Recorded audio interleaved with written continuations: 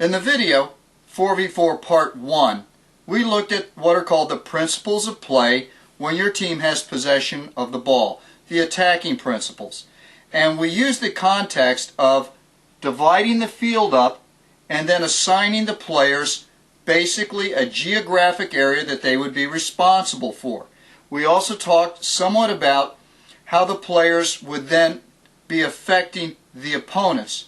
But we never brought the opponents on the field, and we never actually introduced where the ball was. For those principles of play, you can sort of get by with a basic understanding without having the opponents on the field and without having the ball. Now in this part of the program, in this video, where the opponents have possession, you can't do that. So the first thing we're going to do is we're going to have this picture here where this blue team is attacking this goal. These are the attackers. And then we're going to build the principles of play based off of them and based off of where the ball is. So we're starting here with the four attackers in that diamond shape, and the ball is back there with their sweeper. The first principle of play defensively is that you have to have pressure on the ball. So here we have a pressurizing player. The second principle holds that this player will need some help. That's a principle called cover. And so we have a covering player here that in case this player gets beat, this player will be able to come over and give him a hand, give him some help. The third principle is a principle of balance. And we'll think of that as simply having a balance of defenders across the horizontal width of the field. And that player would be over here. Now we're down to the principle of depth. And that means we have the defense set up so that we're not in a position where the entire team is going to get beaten by one pass or one dribble. And that'll be this player here. So in 4 versus 4, for our defensive team, the defensive alignment, we have our sweeper here is providing depth. The left midfielder in this case is providing width, or the cover. The right midfielder is providing some balance, and our striker or our top player is providing pressure on the ball. Now, we start to have problems when we look at the other elements in defending, and that is this.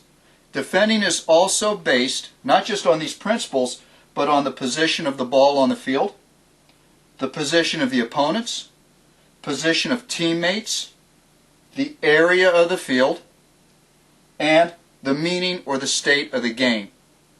Now we're going to look at just one of these variables here, the position of the ball, and see what that does to these principles of play in 4 versus 4. We'll move the ball over here to this midfielder on the blue team.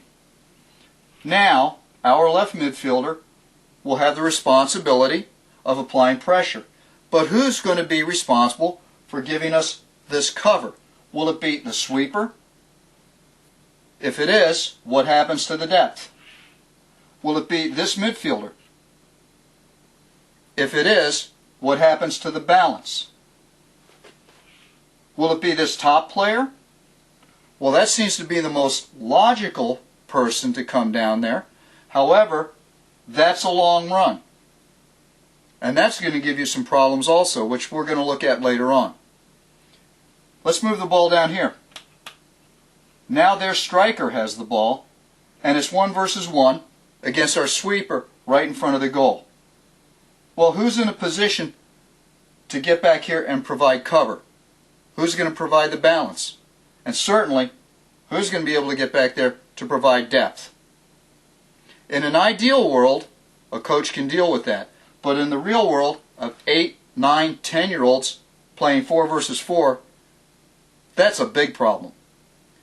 Now we're going to look at some of these other situations later on in some other videos on defending, attacking, things like that. But for now, we just want to get through this and say that these principles, you have to take them with a grain of salt.